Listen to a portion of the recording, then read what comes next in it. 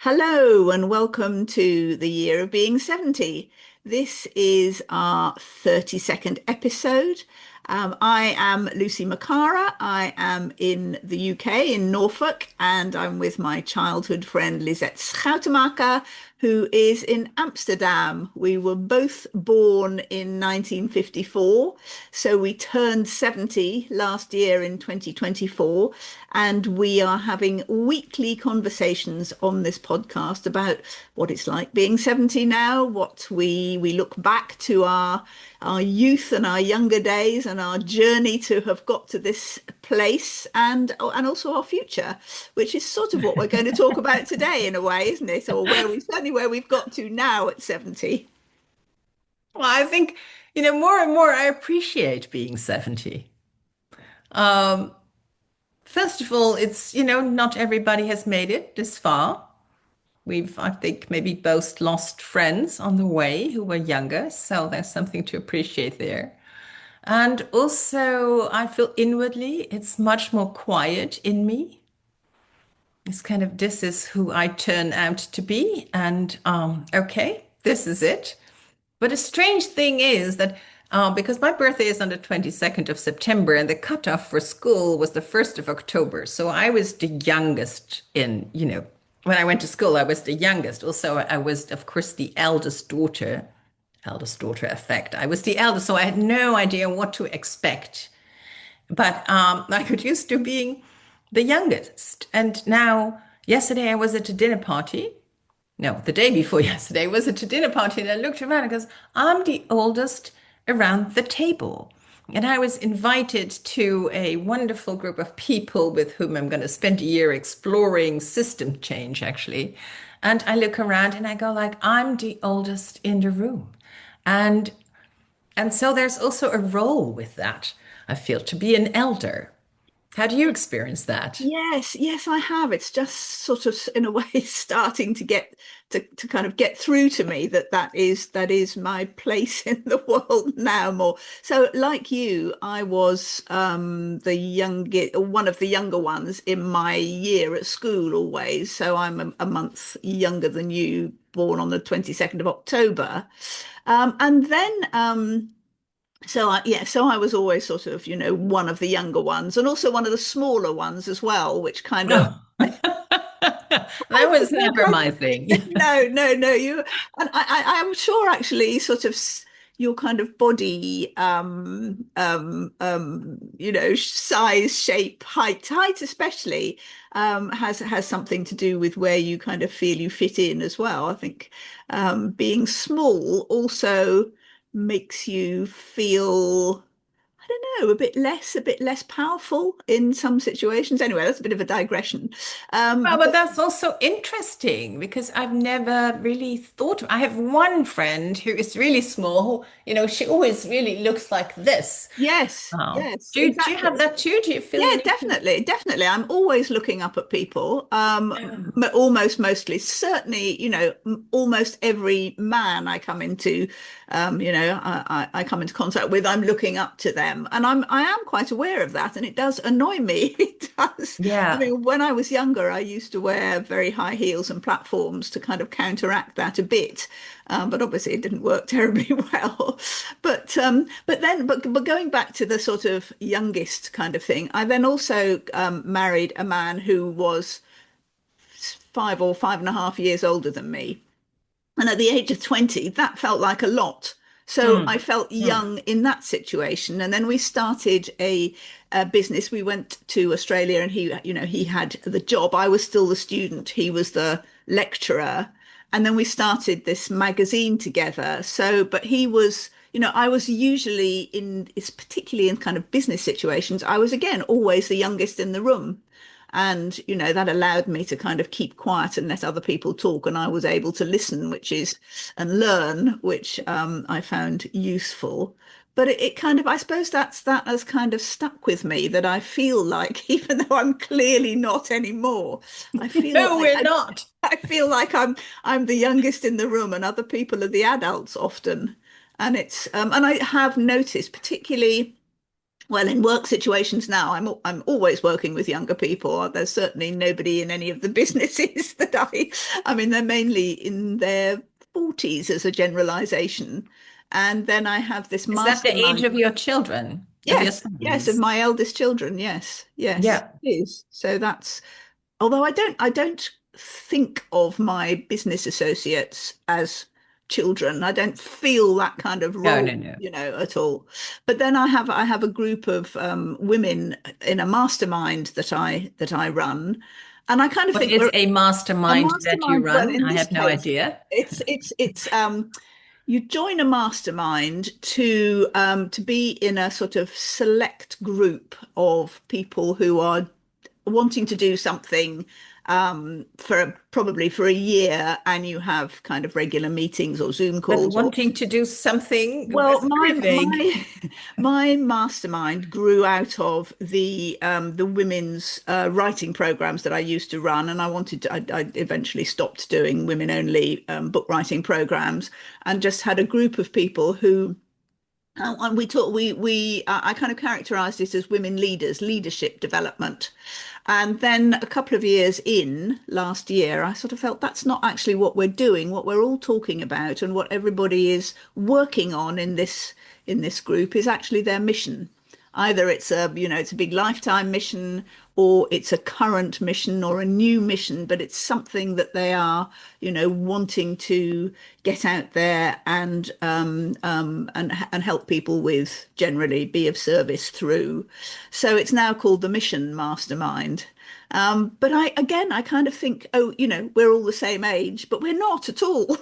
I mean, We are 70. I'm 70. I'm not actually the eldest in the group, but most of the rest of the group are kind of, I'd say, late 40s is probably the youngest, but that is actually a lot younger. And or 50s, and I do recognize that I'm starting to see that people see me as kind of somebody with more life experience than them, put it that way, or Yeah. as you say, the elder role. And I think I'm probably slightly struggling to make that work for me, to Yeah, well, understand it what's needs adaptation to this new role, right? And yeah, I like that role because I feel there's a little less doing expected from me, because I'm certainly not one of the doers anymore, and you know, but oh, there's something strange in there.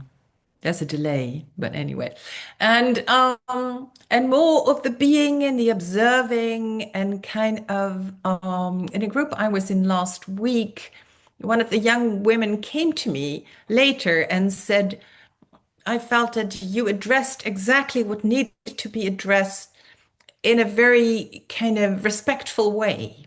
And those are also things that I have learned over the years, when I hold a question and I think it's a stupid question because I must be the only one who's not understood, then to ask that question, and then usually everybody was kind of confused about it, but thought, oh, I must be the only one. So things like that, and I feel it is also, especially in this day of fast kind of apps and communication channels, new fashions in that, every month, and I'm not up to speed with things. And yeah, so sometimes I ask these things and other people go, I didn't know that either.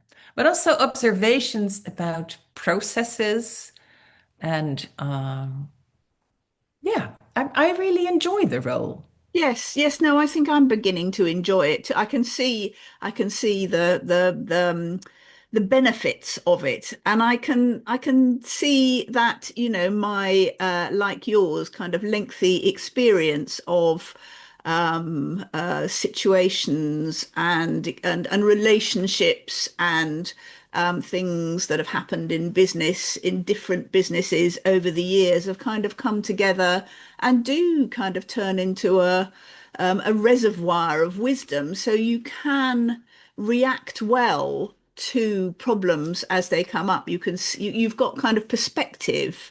And yes, Yeah. and I do think that gives us that elder role means that we are good at, for example, I mean, you do a lot of this, but chairing, facilitating, being the person who runs a meeting, whatever you call it, and kind of um, manages the input and the personalities and the sort of ebb and flow of discussion.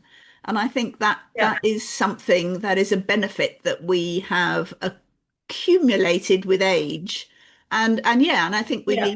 need to kind of um work on that and make that sort of one of our Yeah. one of our skill sets at this age. Yeah.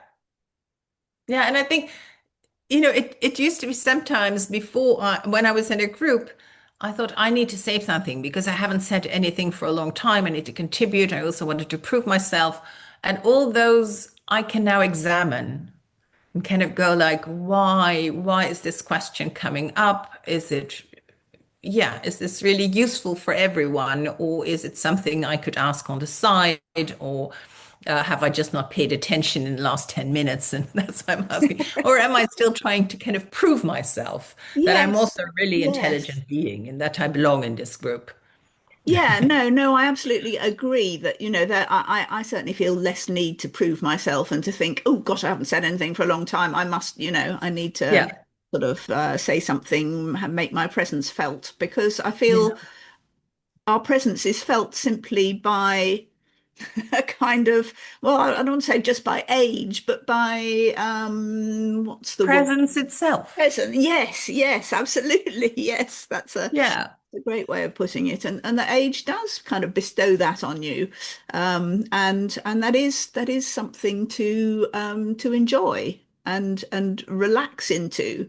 And you don't have to try so hard, I think, at our age, Yeah. perhaps. Because a lot of stuff comes naturally, doesn't it? Because, been there before, seen that, done that. I know what happens next. I know how this works. And it is always a bit different. Yes, of course, of course. Yes, yes, And yes. I think one of the great, uh, what do you say?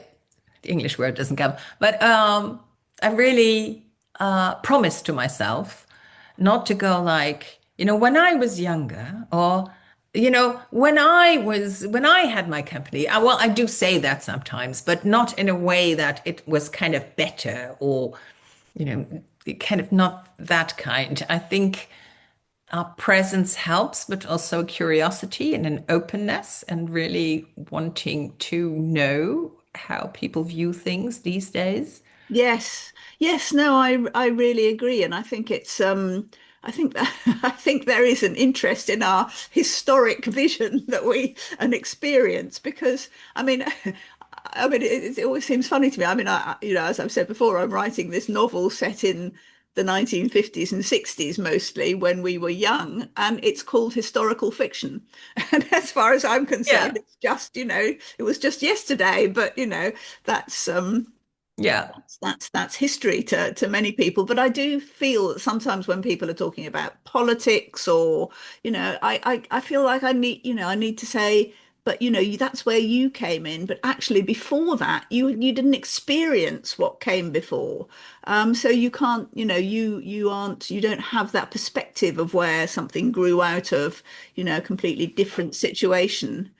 And I think, people are genuinely interested. But I mean, of course, as you say, if you do it in a kind of, oh, well, you don't understand, you're far too young, that's not going to get you anywhere.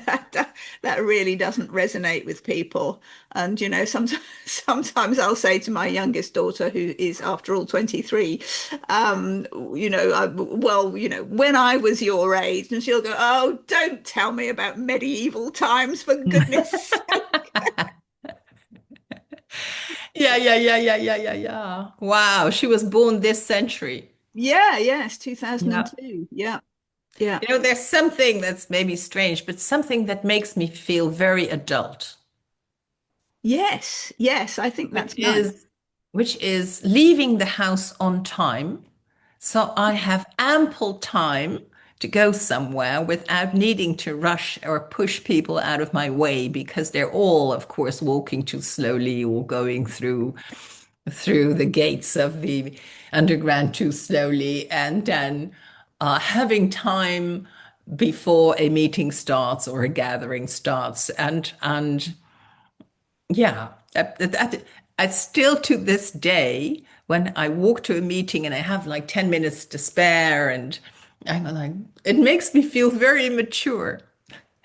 That's really interesting. So what have we got better at over the years? I mean, did you used to be someone who always left late in a rush and Oh my goodness. I remember these things going to like the concert with my parents and driving from Leiden to Amsterdam and then having left too late and then thinking, as long as it isn't 8 o'clock yet, I can still be on time. Of course, which I couldn't because I had to drive that way. Then I had to park, find a parking space. Then I had to run into it. My parents would be like, where are you?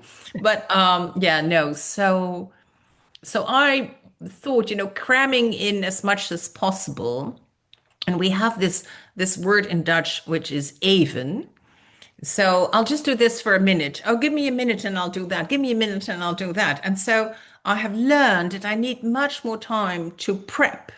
It's yes. not when I close my computer, I'm not out of the house because then I need to kind of fetch my bag and then I need to, do my hair or whatever or get my phone charger or whatever.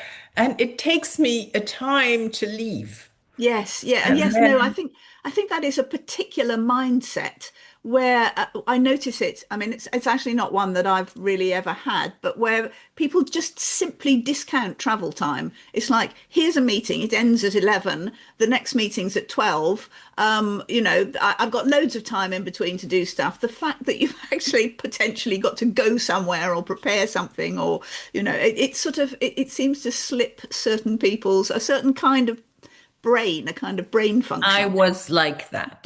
Right. I was like that, always rushing in at the last minute, heated. But also, what I don't like about that is that all the other people were really in my way because they were Yeah. all going too slow and couldn't they see I had this very important meeting and I was this important person who needed to go somewhere, which is not at all how I've ever wanted to be. So now, when I walk to the metro here, the underground, the tube, whatever you call it, and I see one has just left, that doesn't have me panicked because I have time. I'm in time. And Yeah. also, it's very much taught to me by my husband, partner, love. When we bike in Amsterdam, we bike through traffic in our first years, I would always kind of look at the traffic and then, ignore the red light and go and then look, he wasn't there. And he said, well, a red light gives me the time to kind of look around and see what's happening. Yes, that's very nice. Completely new concept to me. Time.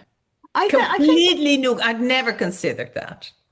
no, it's interesting. I think I have yes, sort of gained the same sort of slightly slower perspective. And I also think that what I've learnt to feel as a 70-year old or kind of leading up to that is that some things just don't matter as much as you think they do. Or should. I mean, the shoulds are kind of, you can get rid of a lot of shoulds because I think, well, in 20 years' time, I may not be here, and who is going to care whether my house is extremely tidy or, I didn't do this or I missed doing that this week or something. And I do feel there's a kind of relaxation. I mean, on the one hand, I feel there are lots of things that I want to do, and maybe time is not, time is shorter than it was. On the other hand, I feel there are lots of things that I really don't need to do, and that, if you don't like me the way I am at 70, then you're never going to like me. So tough. Take me or leave me kind of thing. Yeah. And I will say much more what I think now rather than feeling, oh, should I say that? Should I, what's going to happen if if I'm honest about this or I tell somebody this? So I think that comes with, and I literally think it comes with being 70, actually, that, it does put you in a particular place, beyond kind of normal working years, perhaps, and Hmm. and as we've said before, into the into the old as opposed to middle-aged kind of group. Yeah. And that's a lot of, Yeah. there's a lot of freedom that comes with that, and that's, that's nice. That's something to enjoy, I think. Yeah, and I think back of when I was younger and I was somewhere and there were people, well, maybe they were not in their 70s, maybe they were in their 60s, and I already thought they were kind of, very, very old. But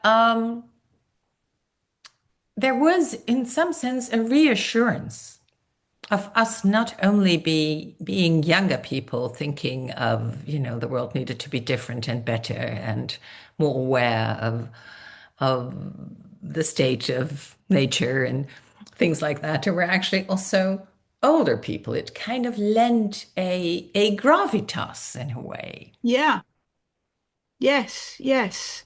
I think, yes. So now we are in that position, which is Exactly. still Exactly. very strange. Yes, and I mean, and does it bring a responsibility? Are there things we should be doing? I mean, I've, just said I don't want, don't You like don't having want to too many shoot. shoulds, but is there something that as 70-year-old elders we should be bringing to the world that perhaps we haven't started doing yet? I don't know. Oh my. Oh my. I've never really, I've never really had a plan.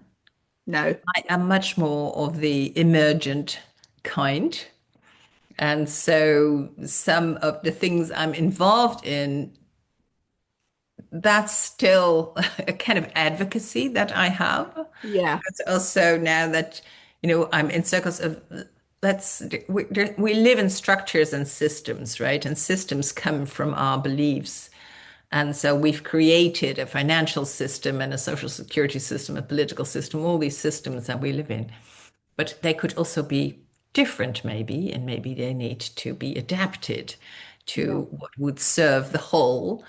Um, and um, and then men, bless them, wonderful, brilliant men come with PowerPoints and they've crammed it all in there and they have clips and they have, and then I come with, a sense and sensing and kind of a feeling. And um, so I don't know if I should, but what I want to do is to bring that in without making the other wrong. Yeah, yes. Absolutely. Without disparaging that kind of young, analytical and overview and come with like the underview.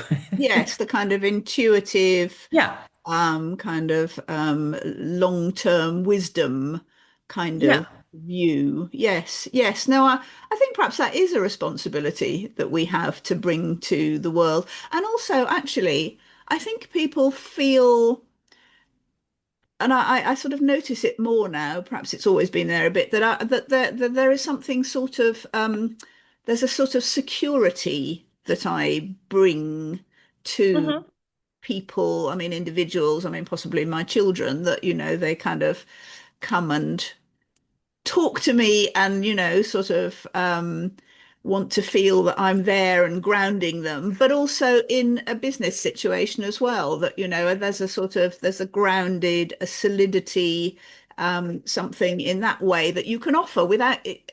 It's hard to put your finger on it or put it yeah, into a CV or anything like that or define it. And yet, that's what I think I would like to bring as an elder to yeah, different situations that I find yeah, myself in.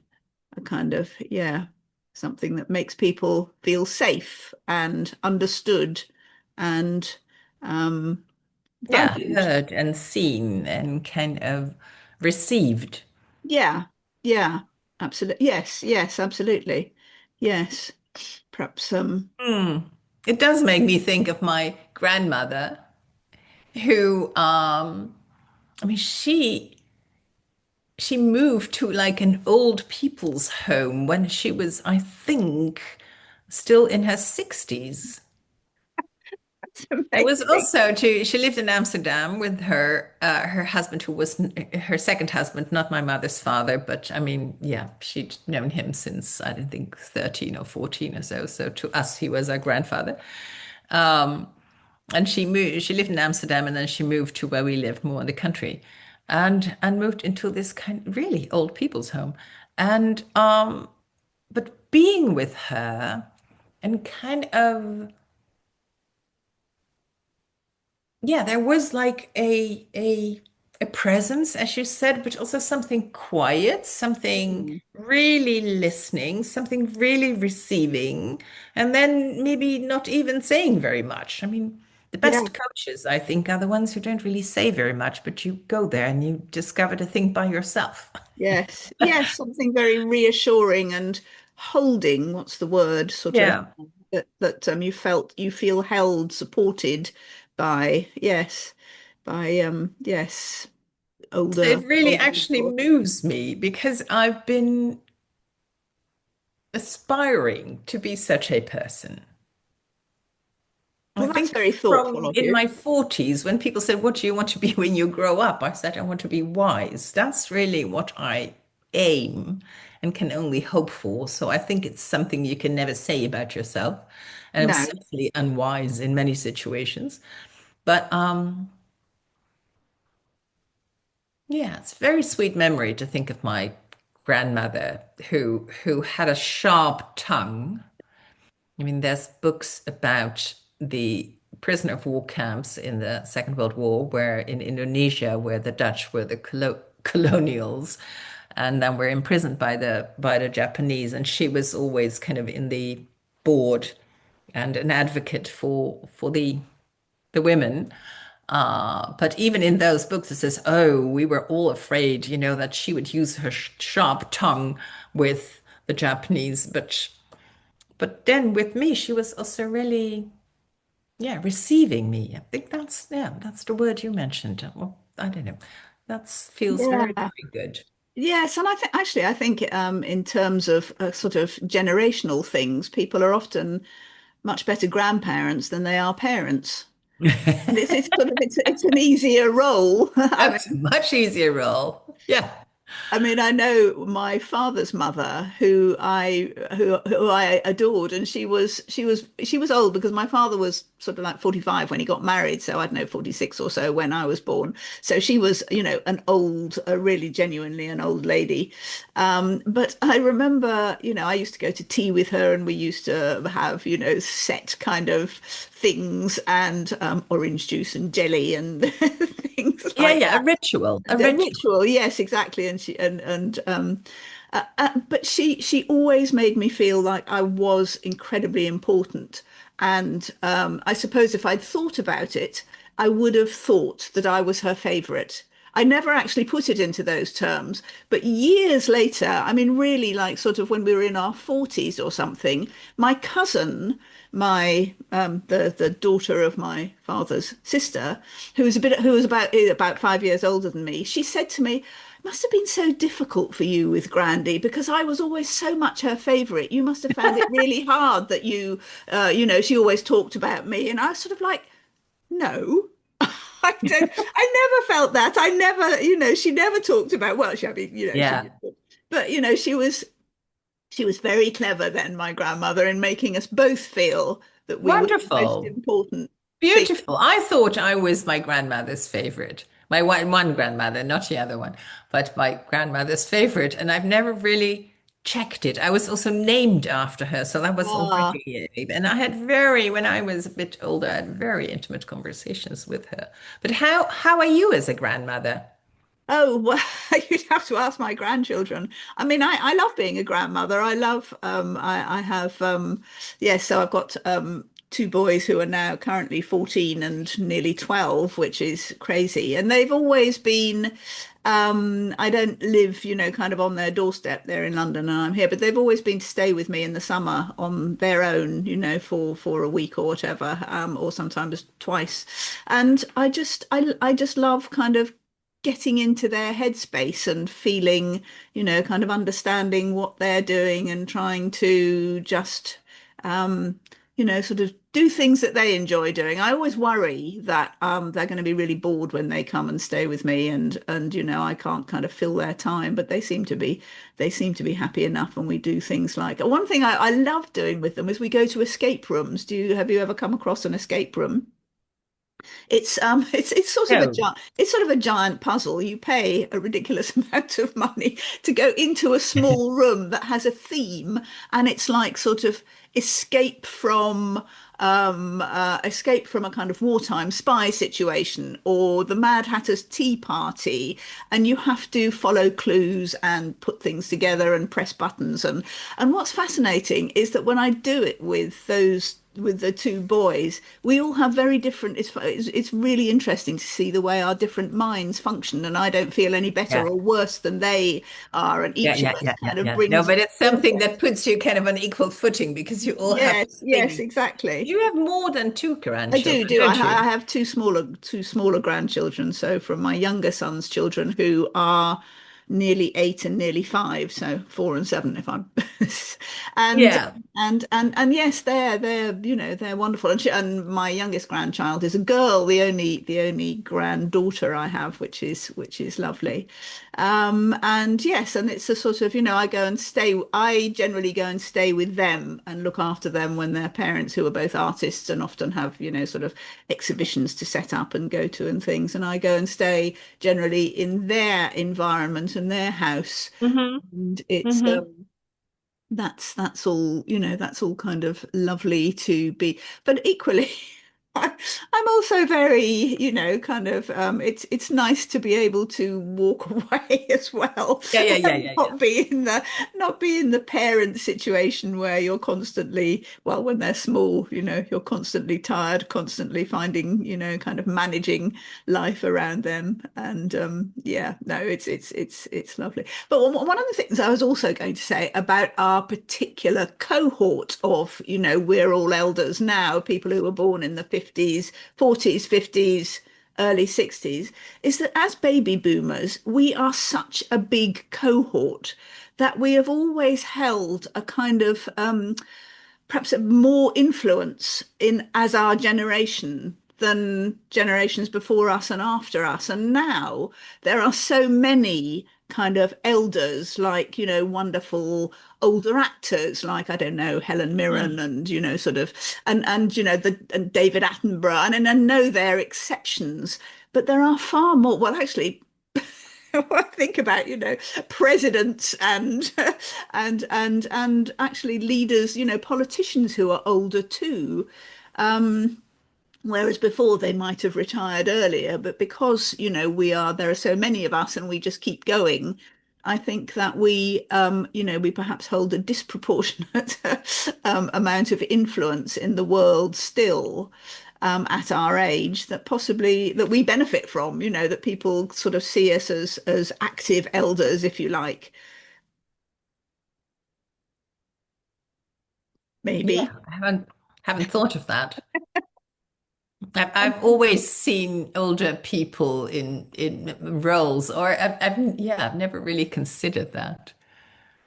But there are a lot of us, and that's also a problem in Yes, well, healthcare. yes, And no, no, it definitely, yeah, it definitely has its problematic side, but from our point of view, I feel that we have always, I mean, I know lots of people are I mean, lots of younger people feel that we as baby boomers have done a very bad job in the way we have kind of accumulated wealth and not passed it on to them and left the world in a difficult position. And younger people are unable to buy houses and, sort of live like we did. I mean, in the 60s, the first house that we bought cost £2,000, I think, and it was a massive, sort of house in Leeds.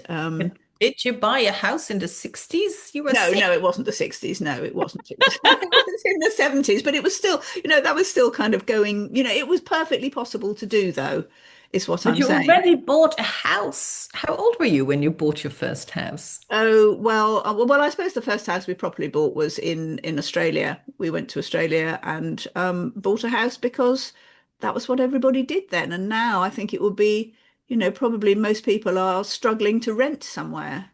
Yeah. It's just not easy and not I feasible. don't think I can recall a time when housing was not a problem.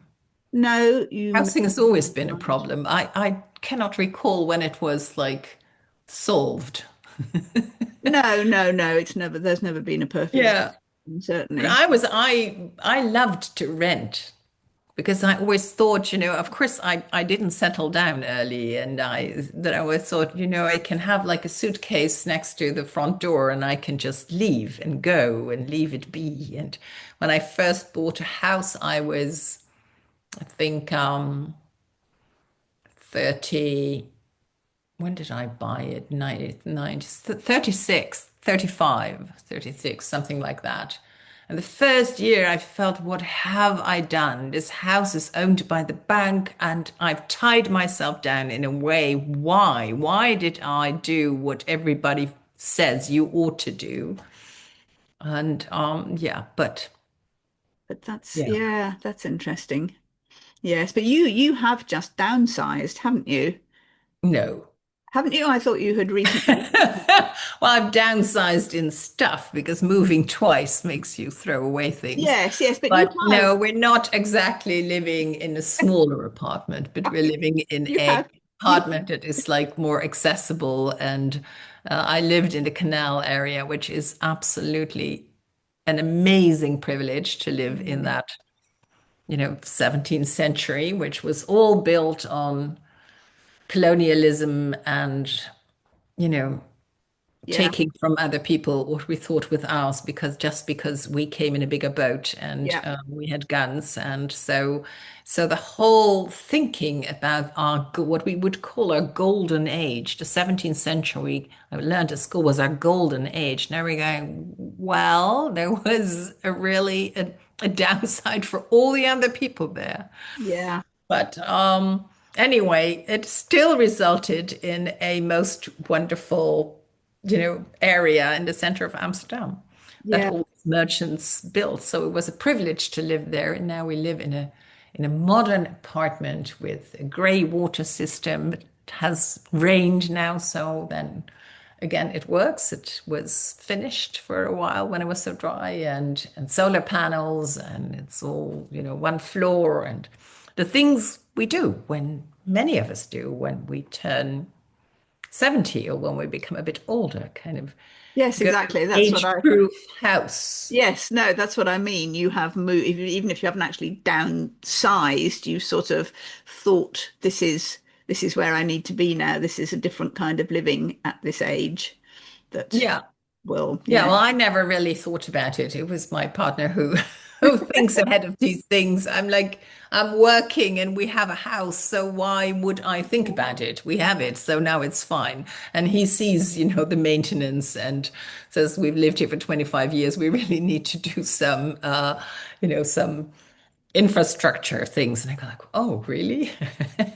yes, yes, no, yes, no, Yeah. I feel the same, and probably will, yeah, and certainly next time, whenever I move, it will be the consideration will be is I don't want to do this again. This has got to last me now, which I think is what you're saying basically. Yeah. This is Yeah. the house for the end of times and the and the But aging. I have seen some of my friends who left it too long Yeah, and then suddenly became incapacitated in one way or another and lived in, it's not easy to live in the canal area because it's all small little of stairs and course. steps Yes, and the street is yes. uneven and you can't park and it's not a place where you're not fit, then it's more difficult to live there.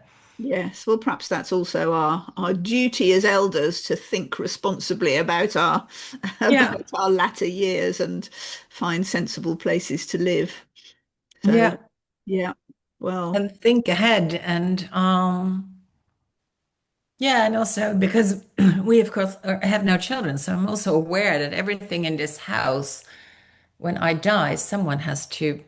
Deal with it. I think there's professional people now also that you could hire to do that. Yes, yes, exactly. Um, No, we've yeah. just had a company clear my mother's house that we're selling in Oh, Laura, really? and that's yes, and everything's You had gone. a company do that? Yes, yes, they were. I mean, obviously, you go through it first and take the things that you want, but Yeah, the rest of it you can leave to people who will sort it into different kind of areas and will take it to different auctions and sort of yeah, sell what can be sold and clear what can't. So yeah, yes, that's very helpful and less painful and time consuming than doing it yourself. But that also yeah. is the life of the elder, I guess.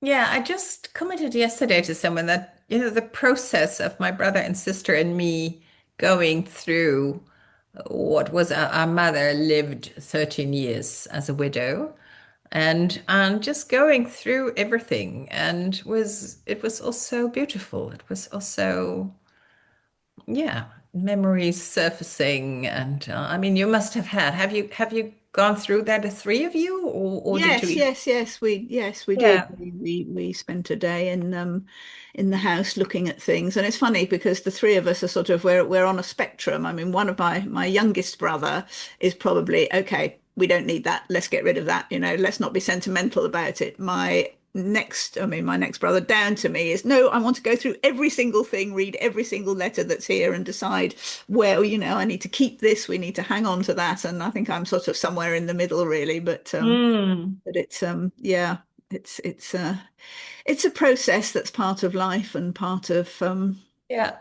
and yeah, it will. Yeah, but yeah, but it's a process that if you can, have kind of with humor, I think that's very important Yeah, in a family situation because you know each other. You know that the one will be like this and the other one will yes, be like that. And then if you can say, yes, of course, and maybe, or take it with you or whatever, find a way that you can each, because it's yes. also a goodbye. Oh, absolutely, absolutely. I mean, when I felt with that day that we spent at at my mother's house, the kind of last day that I would spend there certainly. I felt, well, we did that. It was, it all went well, and I got home and I was absolutely exhausted, and I Yeah. was just, it was kind of like I think the emotional toll had been Yeah. much worse than I thought. But Yeah, yes, we had days when we, agreed to come together, and then sometimes after an hour, one of us said, I'm just spent. yeah, I can't decide on anything. I'm just putting it from left to right." And we'd go like, okay, well, you go get lunch, and then, then yeah, we'll yes. make some Yes, piles and see how we can decide about it. Yeah. yeah. Because that thing you have to go through, is actually saying goodbye to your childhood, really, isn't it? It's as well as your parent, Yeah. it's your own childhood that you're processing and Yeah, moving and their on. childhood and their things you don't have Yes, that was yes, very yes, absolutely. intimate. Yeah. And you can't keep everything. And Oh no. it's well, far from it, but No. oh No. well. And one day people will be doing that for us. So Very true. Yes. there we go. That is the life of the 70-year-old elder.